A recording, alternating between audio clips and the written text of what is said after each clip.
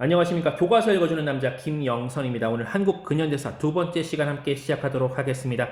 먼저 단원 제목부터 읽고 시작하도록 하겠습니다. 이 대단원 근대 국민국가 수립운동 1. 중단원 서구 열강의 접근과 조선의 대응 1. 소단원 서구 열강의 동아시아 접근과 19세기 조선의 정세 되겠습니다. 교과서는 94쪽부터 같이 가보도록 하겠고요. 오늘의 학습 목표 하나씩 읽어볼게요. 자, 먼저는요, 우리 지난 시간에 말했다시피 먼저 이웃나라들의 이야기를 볼 겁니다. 그래서 서구 열강이 침략해 오는데 그에 대해서 청과 일본이 어떤 식으로 개항하게 되었는지를 정리해 볼 거고요. 두 번째, 19세기 조선의 정세에 대해 설명할 수 있다. 그러니까 청나라와 일본이 개항한 게 바로 19세기 초중반 즈음이었습니다. 거의 중반이라고 보면 되는데 그 같은 시기에 조선은 대체 어떤 상황이었느냐라고 하는 것이죠. 자, 오늘 연표 보시면요. 1840년부터 58년도까지 나와 있는데 여기 중간을 뚝 잘라서 왼쪽에 두 개는 청나라와 관련돼 있네요. 청나라와 관련된 아편전쟁 그리고 난징조약 한번 체크해 주시고요. 옆에는 54년에는 미일 화친조약, 58년에 미일 소통상조약은요. 모두 일본과 관련이 있네요. 한번 체크해 주시기 바라겠습니다. 오늘의 용어는 총 4가지가 있네요. 하나씩 보면 제국주의란 용어가 있고요. 아편전쟁, 난징조약, 미일 화친조약 이렇게 되겠습니다. 자, 먼저 제국주의란 용어가 좀 해설이 필요할 것 같아서 첫 번째 문제로 준비를 해보았습니다. 자, 보시면요.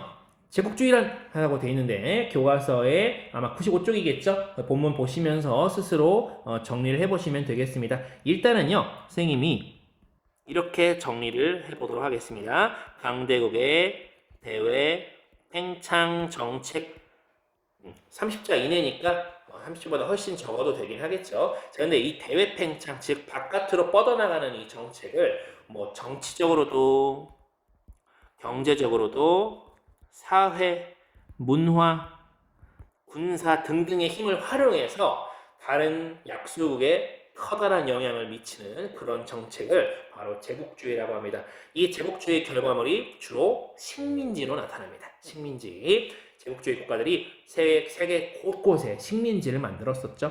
그거 얘기하는 겁니다. 그때 바로 이 청나라도 일본도 그리고 우리 조선도 같이 영향을 받을 수밖에 없었습니다. 그 첫 번째 동아시아에서 첫 번째 청나라 문이 열리다 얘기를 할 건데요. 자, 보시면요. 첫 번째 문제 이렇습니다. 청나라는 어쩌다 아편과 엮였나라고 하는 문제입니다. 보시면요. 바로 이 청나라와 악연이 얽힌 나라는 바로 영국 됐죠. 자, 영국이 청나라와의 무역에서 계속 무역 적자가 생기는 거예요. 왜냐면 청나라가 그 공행이라고 해서 아주 한 곳에서만 조그마한 무역만을 허용했기 때문입니다. 그 와중에도요, 영국에서는 중국에서 즉 청에서 자꾸 이렇게 비싼 물건들을 사가고요. 청에서는 영국에서 가져온 물건을 별로 사주지도 않아요. 그러다 보니 무역 적자를 해결할 필요가 있었죠. 자, 영국은 그것을 이런 식으로 해결합니다.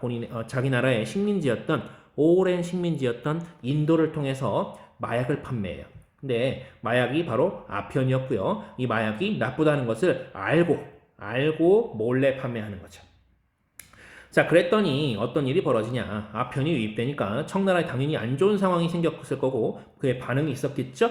자, 보시면 상황 보실게요. 막대한 은이 유출된다라고 되어 있습니다. 자, 은은요 당시의 화폐입니다. 돈. 즉 돈이 많이 유출되는 거예요. 왜냐? 마약을 사야 되니까. 마약에 중독된 거죠. 사람들이. 마약에 중독된 중독자도 막 많이 생겨나고요. 각종 폐단이 발생해요. 자, 여러분들 지금 한국에도 여러 마약 중독자들이 나오고 있다고 합니다. 우리 어떤 경로라도 마약에 결코 손을 대지 않기를 바라겠습니다. 자, 그리고 반응 보실게요. 자, 중국이 청나라가 어떻게 반응했느냐? 아편을 모두 몰수해서요.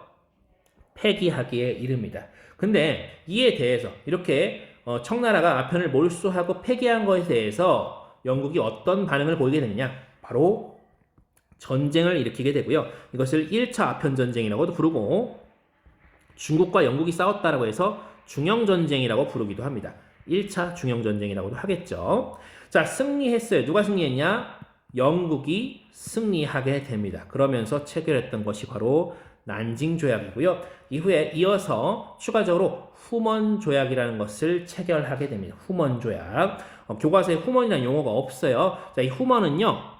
호문이라고도 합니다. 호문을 중국어로 읽었을 때 후먼 하고 읽는데요. 그래서 호문 조약은 체결했던 점 체크해 주시고요. 내용으로는 영사 재판권 그리고 최혜국 대우가 있었다 라는 것입니다. 자, 영사재판관 최혜국 대우 이거는 여러분들 그 설명에 따로 있으니까 그 부분 꼭 읽고 오시기 바라겠습니다. 자, 근데 영국이요 이렇게 승리하고 난징조약, 후먼조약 체결했는데도 불구하고요 여전히 배가 고팠습니다. 그래서 이번에 친구를 데려와요. 자, 친구였던 프랑스를 데려와서 같이 연합해서 2차 아편전쟁을 일으키게 되는데 역시 2차 중영전쟁이라고도 얘기할 수 있겠죠. 이렇게 해서 청과 조약을 맺게 됩니다. 역시 연합군이 이겼거든요. 처음에 텐진 조약 맺고요. 나중에 청나라 황제가 이거를 도장을 안 찍어요. 도장을 안 찍어서 나중에 다시 밀고 들어와서 어디까지? 베이징까지 밀고 들어와서 다시 재차 조약을 체결하게 됩니다. 그래서 베이징 조약이 체결되었습니다. 청나라가 그야말로 탈탈 털리는 사건이 벌어지게 된 것이죠. 자, 그런데요, 이 2차 아편전쟁 같은 경우는 여러분들 1856년이거든요. 그래서 텐진 조약, 베이징 조약 이거는 매우 뒤의 이야기입니다. 특히 이거는 1860년, 1858년 이 정도 한번 체크해 주시면 좋을 것 같아요. 자, 뒤로 넘어가 보도록 하겠습니다. 자, 일본은 어떤 식으로 이어지냐? 자, 일본 같은 경우는요, 이제 문이 열리다고 되어 있는데, 자, 미국이 문을 열어 제낍니다. 배경 보도록 할게요. 일본 개항의 배경. 자, 일단은요, 19세기 중엽이었대요. 자, 미국의 목적은요, 일본과의 거래가 아닙니다. 바로 청과의 거래가 주 목적이었고요. 근데 청나라 너무 머네. 그래서 일종의 전초기지 내지는 정류장으로 일본을 활용하고자 했던 것이죠. 그러다 보니 일본으로 오게 됐고요. 그래서 일본은 바로 이제 조약을 맺고 깨갱하게 됩니다. 거의 환영하는 수준에 이르게 되죠. 어서 오십시오. 이라시자이마세 했고요. 자, 왜 그랬느냐? 시기적으로 보니까 이거 미일 화친 조약 맺어지는 시기가 1854년이네요. 아까 아편 전쟁 1840년 그리고 난징 조약 1842년이거든요. 즉 청나라가 저 작은 섬나라 영국에게 깨진 것을 본 것이죠. 일본은 바로 납작 엎드려서 문을 열게 됩니다. 내용은 두 개 항구를 개항하고요. 미국이 알박기 조항을 넣네요. 최혜국 대우를 인정해달라고 합니다. 자, 그리고 그 다음 가볼게요. 자, 4년 뒤에 다시 온 거예요. 이 54년에는요, 일단 우리가 화친만 맺어 라고 해서 가볍게 조약 맺은 거고요. 다음에 우리 다시 올 테니까 준비 제대로 해놔 라고 하고 돌아갔다가 진짜로 다시 옵니다. 그래서 맺은 게 바로 미일 수호 통상 조약 되겠습니다. 대항장의 수가 늘어나게 됐고요. 그리고 영사도 파견이 되니까 영사 재판권까지 인정이 되었습니다.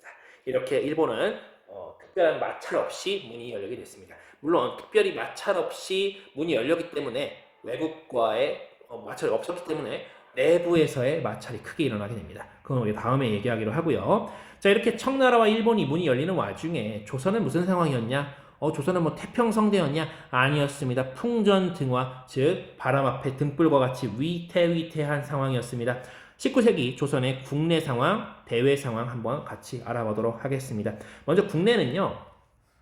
순조헌정 철종에 이르는, 그렇죠, 지난 시간에 우리 얘기했어요. 살짝. 자, 세도정치라고 하는 아주 어지러운 정치 시대가 있었다라고 하고요. 그때 가장 대표적인 문제가 바로 삼정의 문란이었습니다. 여기는 삼정은요, 우리 전정, 땅에 대한 세금, 전정, 그리고 군역에 대한 것, 군정, 그리고 환곡이라고 하는 춘대춘합제도에 왜곡이 있었습니다. 왜곡된 진행이 있었죠. 이 순헌철에 이르는 것은요, 이들은요, 전에 바로 왕이 정조였거든요. 정조가 꽤 훌륭한 왕이었다라고 하죠. 뛰어난 왕이었다고 하는데 그 왕이 1800년도에 급사하게 됩니다. 그 이후에 거의 60여 년간 순조, 헌종, 철종에 이르는 무능력한 왕이 계속적으로 즉위하면서 그의 왕의 부인의 집안, 외척 가문에서 정치를 이끌어 나가는 세도 정치가 일어나게 되고요. 이 세도 가문이라고 불리는 풍양조씨, 안동김씨 등의 세력들이 나라를 전행하게 됩니다. 그러다 보니 각종 봉기가 일어나게 되는데요. 먼저 1811년 같은 경우는 서북지방에서 서북지방 사람에 대한 차별 대우에 못 이긴 홍경래를 비롯한 난이 있었고요. 62년에는 임술년이었어요. 임술농민봉기가 있었는데 이 임술농민봉기는요, 경상남도 진주에서 처음 시작하거든요. 그러면 전주 아니고 진주입니다. 자, 여러분들 진주에 처음 시작했다는 것도 한번 알아두시면 좋을 것 같고요. 그 교과서 지도 보면 그 점이 굉장히 많이 여기저기 막 찍혀 있습니다. 진주에 시작해서 거의 전국적으로 임술련의 농민봉기가 여러 곳에서 일어났다 해서 그걸 통칭해서 통합해서 불러서 임술농민봉기라고 부른다는 점 한번 기억해 주시면 되겠습니다. 자, 이렇게 나라 안에서는 이렇게 어지럽고요. 나라 바깥은 어떠느냐? 자, 대외 상황은요. 이상한 모양의 배가 자꾸 나타나요. 달을 이 모양양 배선입니다. 즉 서양에서 온 까맣게 생긴 막 연기를 뿜는 배가 나타났다가 사라졌다가 나타났다가 사라졌다가 막 이렇게 하는 거죠. 얼마나 뒤숭숭했겠습니까? 자, 이런 상황 중에서 이런 위기 상황에서 조선 민중은 무엇을 의지하느냐? 이놈의 나라 더 이상 못 살겠다. 왕조를 교체 하는 혹은 반란이 일어날 것을 예고하는 예언 사상이 막 성행하게 되고요. 그리고 동학 등의 종교 등이 매우 유행하게 됩니다. 이런 점들 한번 기억을 해주시면 좋겠습니다. 자, 오늘은 수업 여기까지 하도록 하겠습니다. 대단히 고생 많으셨습니다.